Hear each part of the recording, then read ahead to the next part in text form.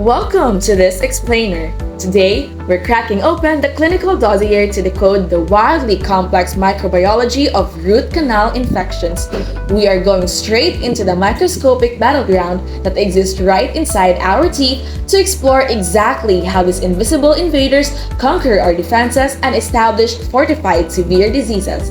If you've ever wondered what's really going on deep inside an infected tooth, well, you are definitely in the right place. We've got a packed agenda today, and we're going to move logically from diagnosing the disease right down to how the dental defenses are breached, the pathogen's biofilm strategy, our host response, and finally, how we profile these microscopic culprits using modern science. Alright, let's jump into section 1, diagnosis of apical periodontitis. We need to identify our clinical target. So, the disease we're focusing on is apical periodontitis. The absolute key takeaway here is fundamentally an inflammatory disease, and it is completely 100% dependent on microbes. Without bacteria actively infecting the root canal system, this specific tissue destruction simply does not happen. Apical periodontitis is an inflammatory disease, right? And it's driven almost exclusively by microbes. No microbes, no disease. But proving this cause and effects relationship literally took centuries. It started way back in the 1600s when Anthony van Leeuwenhoek peered through his early microscopes and noticed that the decayed tooth was just stuffed with what he playfully called animalcules. But the real breakthrough didn't happen until much later. In 1894, Willoughby Dayton Miller used light microscopy to directly associate bacteria with apical periodontitis. Then, the definitive proof, the absolute cornerstone of modern endodontics. Arrived in the 1960s with Kakihashi's landmark germ-free rat study, he demonstrated that if you expose the dental pulps of conventional rats to their natural oral flora, it leads straight to pulpal necrosis and apical periodontitis. But if you expose the pulps of completely germ-free rats, the pulps survive. They actually heal to form a hard tissue barrier. This proved once and through all that without bacteria, exposed pulps heal rather than develop apical lesions. Willoughby Dayton Miller's classic 1894 bacterioscopy hand drawings were an absolute milestone in confirming morphological diversity inside the root canal.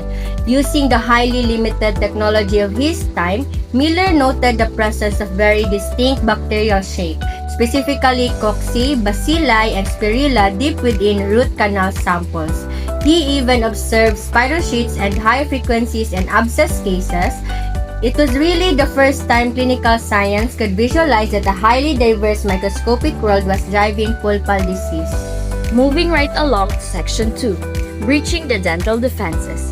How exactly do these pathogens get into the sterile zone in the first place? Well, it's basically a sequential breakdown of our natural armor. Normally, your enamel and cementum act like these impenetrable shields. But the second, there's a breach like from a cavity or physical trauma. The dentine gets exposed and bacteria just flood in.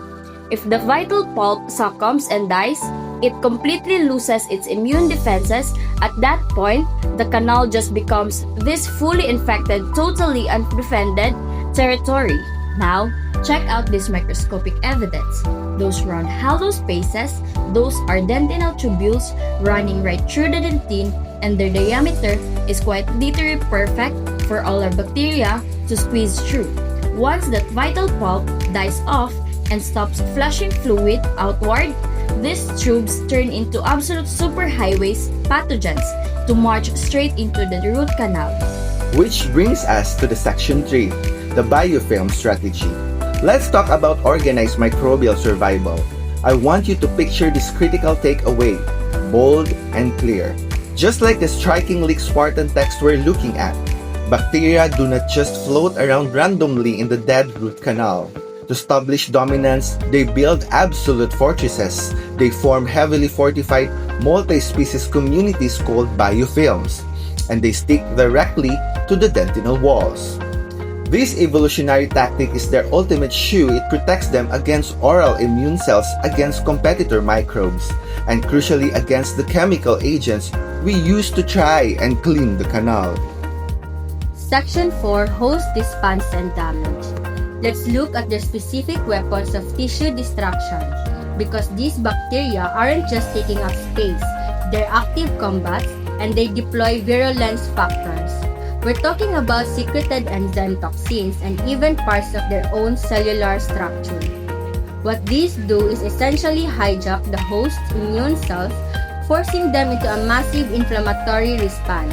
So paradoxically, it's our own hyperactive immune system that actually causes the severe bone loss and tissue destruction we eventually see on the next slide. And we map this out, we can see exactly where these structural triggers are hiding. Gram-negative bacteria pack lipopolysaccharides or LPS right in their outer membranes, and we usually see this in highly symptomatic infections. Gram-positive bacteria, on the other hand, carried lipoteichoic acid or LTA. Both of these are just incredibly potent tripwires. The second they're detected, they set off our body's destructive inflammatory alarm.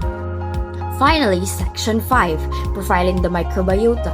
Let's see how we identify the culprits using modern science. So how do we know exactly who is down there? Historically, scientists tried growing these bacteria in petri dishes, but here's the catch.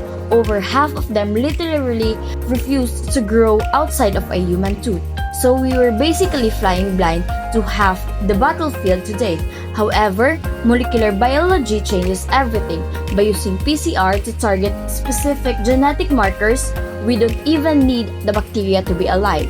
We just read their DNA, giving us an incredibly sensitive and accurate map of this microscopic world. Armed with these genetic tools, we have successfully mapped the invaders.